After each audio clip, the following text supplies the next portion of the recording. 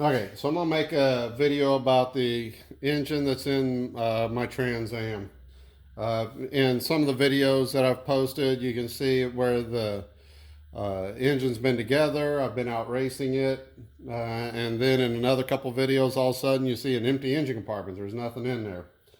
Well, I was out the racetrack last fall, and I actually had a main bearing start to fail, and some of the debris got into a rod bearing and caused the rod bearing to actually fail.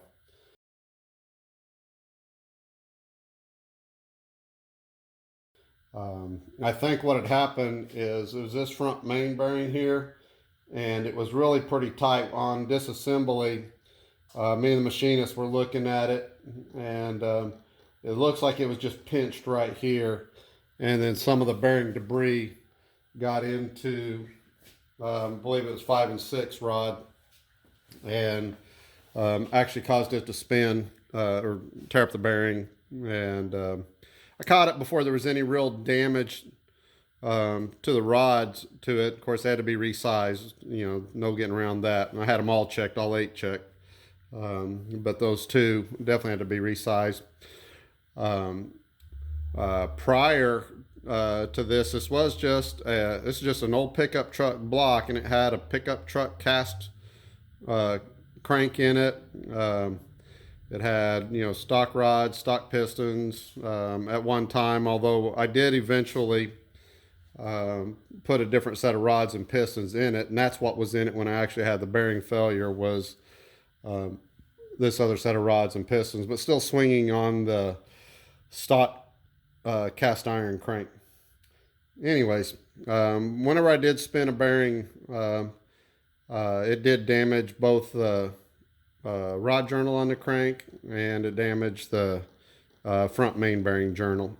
And so I did decide to get a new crank instead of having that one turned. I might have been able to salvage it, but I'm going to try to beat on this thing kind of hard this year. And I'm going to do some drag and drive events. So I needed some reliability. So I went ahead and decided I was going to line board as well to fix that front bearing register that I think was the root cause of the problem. And as long as I was doing a line board, I decided to go ahead and put some studs in the main caps on it. Studs are relatively cheap for main caps. I don't remember what I gave, $100, $150, something like that. Anyways, so it wasn't a big add-on to already having it line board anyways. And if you're going to put studs in one, you got to have it line board. So it just made sense to do it all at one time. Anyway, so I got this back from the machine shop a little while back, and I'm finally getting around to assembling it. I've kept it covered up, but I did go ahead and washed it with very hot water and just dishwashing soap to get any debris that might have been left from any machining operation and or any debris just sitting around my shop as I've been doing other projects. So like I said, I use really hot water to the point you can't hardly put your hand in it. If you can touch your hand in it comfortably, the water ain't hot enough. You want really hot soapy water in my opinion. Anyway, so that got rid of all the debris. And then the first thing I did immediately after that was I blew it off to get rid of the bulk of the water. And then I wiped everything down, all the machine surfaces, and all the interior of the block with just some transmission fluid and a clean rag so that I wouldn't have any corrosion going on, any rusting on any of the machine surfaces. So I did that a couple of days ago, and now I'm to the point of actually assembling it. Today, all I'm going to get done is getting my crankshaft put in it. All right, so I got the crank physically just laid down in there. Of course, I'd already lubed the bearings with some graphite assembly lube. And you can see that this is a forged steel crane. It's got the wide parting lines that you can see in it instead of a real thin one from a casting. And let's see here if I can get, there's the casting number on it. Now, from what research I've done, This would have been used on high performance passenger car applications, possibly even LS6 type stuff. But bottom line is it's a factory forged steel crank, 0-0, never been hurt. It is used, but you know, it's in very good shape. So that'll be an upgrade from the cast steel one that I did have beforehand on it. Give me a little bit of safety whenever I start pushing it. Now I did also, when I got it, I did go ahead and I had this, my assembly balanced, and you can see some holes that they did.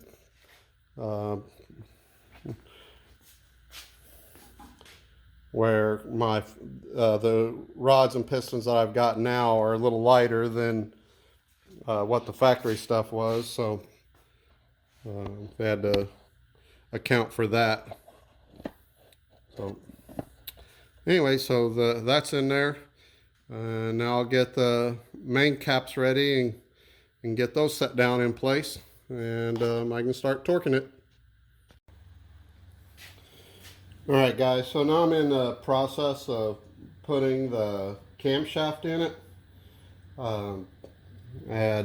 As you can probably tell, this is an old flat tappet cam. Now remember, this is a Mark IV big block Chevy, and they did not come with roller cams like everything does nowadays. And it's actually a fairly mild big block Chevy cam. It's a solid lifter cam, but it's only like 570 something lift before lash. So I'll show you the cam card here. And so there's the specs on the camshaft, right? It is a Mike Jones cam, and man, I've just been thrilled with this thing. It does everything I could possibly want. It comes up on boost lightning quick. Makes very good power for the pounds of boost I've been running at. I've been running it really mild yet, but for no more boost it's been on, this thing just really rips. Runs in the RPM range that I wanted. It makes it just exactly as I would have hoped for, plus some probably. So anyways, I've already got it all lubed up. I used my high pressure Moly lube on it, on the bearing surfaces and the lifter lobe, and I've had good luck doing that. And I'll go ahead and finish stuffing it in the block, and we'll move on to the next step.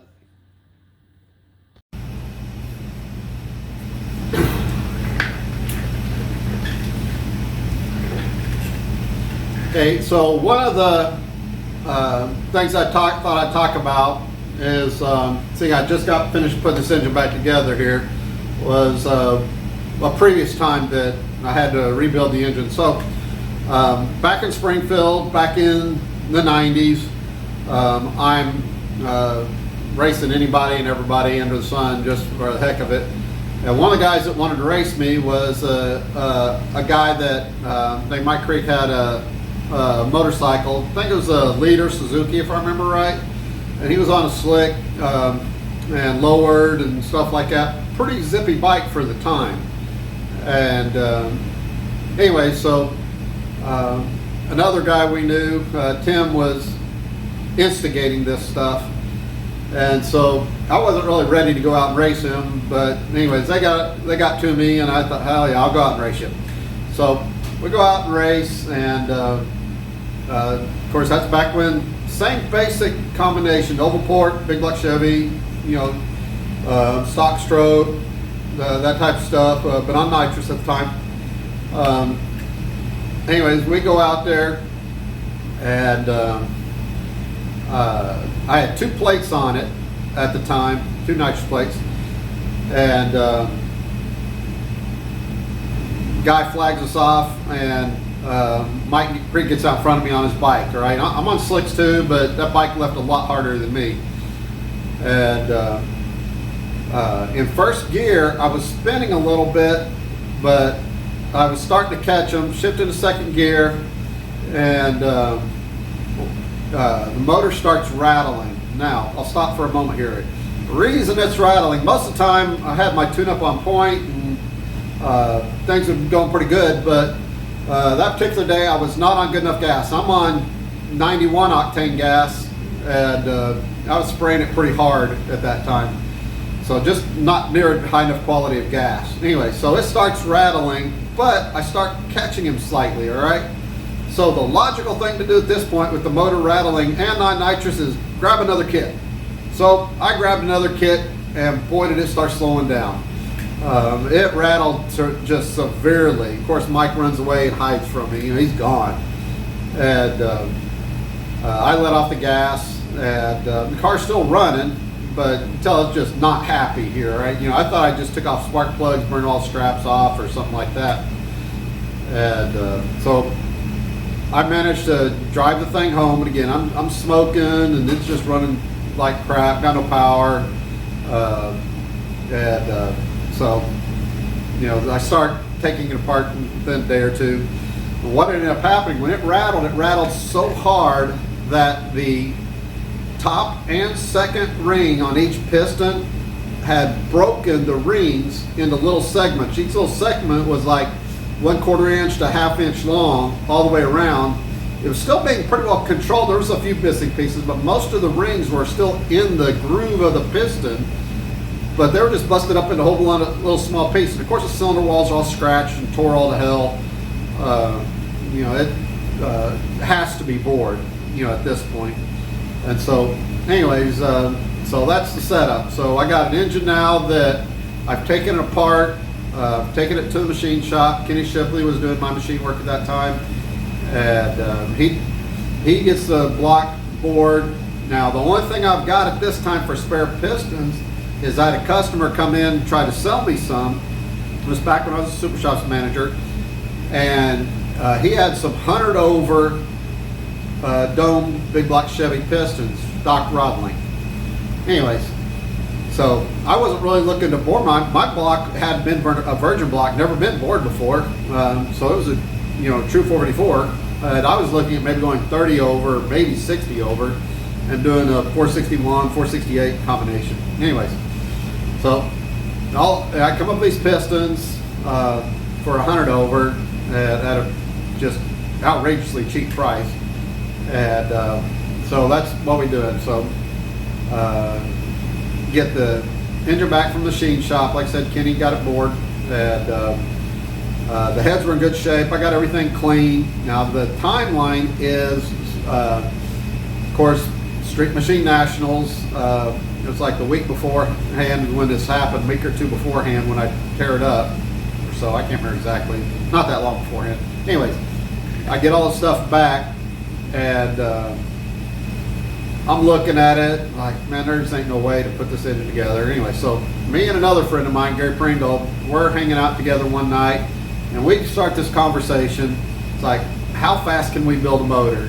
We're looking at each other, and oh, I think we can build it this fast or that fast. I think we can do it. And I'm like, well, okay, let's try it. So it's like 9 o'clock at night, and I've got a completely bare block over here. I got a crankshaft over there, pistons and rods over there. We decide, what the hell, let's build it. So he comes over, and we start slamming this thing together, and then, pretty quickly we got a short block assembled. Well, I'm a manager at Super Shop this time. I was missing a couple things, like head gaskets, intake gaskets, that type of thing. So it's midnight now, and I went ahead and I ran up to the store, and I unlocked the store, turn off the alarm, unlock the store.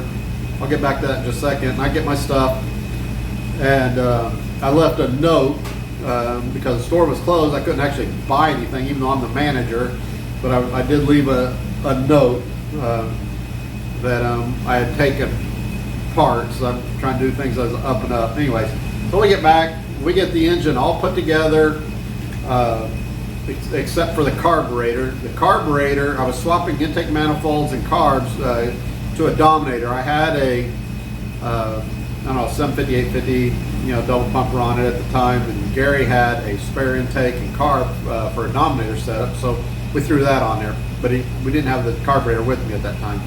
Anyway, so we get this thing put together, and it's in the car by, I don't remember, like 4 or 5 o'clock in the morning.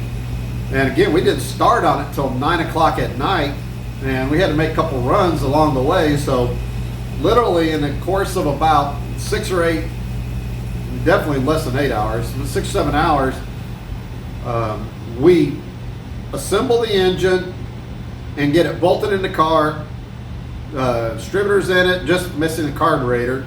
Well, early that morning, I don't know, about early, we both went to sleep. We'll call it 7, 8 o'clock, somewhere in there. Gary comes and brings me the Dominator carburetor over, and I bolt that thing on and fire this thing up. I mean, it just lights right off just instantly. And so I go ahead and I drive it to work. And the carburetor was not set up for this thing. Now, it's still a really pretty mild engine. I mean, stock oval port head engine. I had exhaust on it at the time, and I'm driving it to work, and I get onto Sunshine Street, and just down the road. So I where I lived, I would go up Kansas, and going north on Kansas, and I would turn east on Sunshine Street, and heading over to Super Shops, and I get just down the way, and the engine, it's loading up.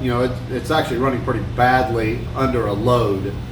And later on, I found out just how far the carburetor is off. With the exhaust on, it was terrible. With the exhaust off, it wasn't that far. It was fairly close, but it foul plugs with the exhaust on. Anyways, so it's starting to foul plugs. I'm going along like 25, 30 mile an hour. I put it in neutral, and I'm revving this thing up, zinging the engine. It's on a Saturday morning at probably 8:30 or so, because I had to open the store at 9. Anyway, so I'm zinging the engine, and that's when a cop decides to pull me over. And this cop, I don't know where he was at, but anyways, he comes up, pulls me over, and I'm thinking, I'm running less than the speed limit. I'm in neutral, revving the engine. For once I had all my paperwork right, tags, insurance, all that stuff. And he pulls me over, and I'm like, what the heck's going on? And he gives me a ticket for exhibition of speed. Of course, I'm thinking to myself, I'm under the speed limit and in neutral, coasting. There is no acceleration, no exhibition of speed happening, but I know better than to argue, with a cop. That's just not the right time. But I was also thinking of, all the tickets I could possibly get. I'll probably take this one, because, man, I'd been out street racing just a whole lot lately, and I'd gotten out of some big tickets, we'll talk about later on. I mean, some 160 mile an hour, 55 mile an hour zone tickets with nothing. And I'm like, okay, I'll take this one. I'll just keep shut, and I'll pay it, and life will move on. Even though it wasn't right compared to what I'd gotten away with, it was acceptable. So anyways, I decided to tell a story about assembling an engine for this thing. Now that I'm just got finished putting one back together, again, that was one crazy night where Gary came over. We just stayed up all night and built an engine, put it in, and we had a big time with it. Anyways, just another story. Talk to you later.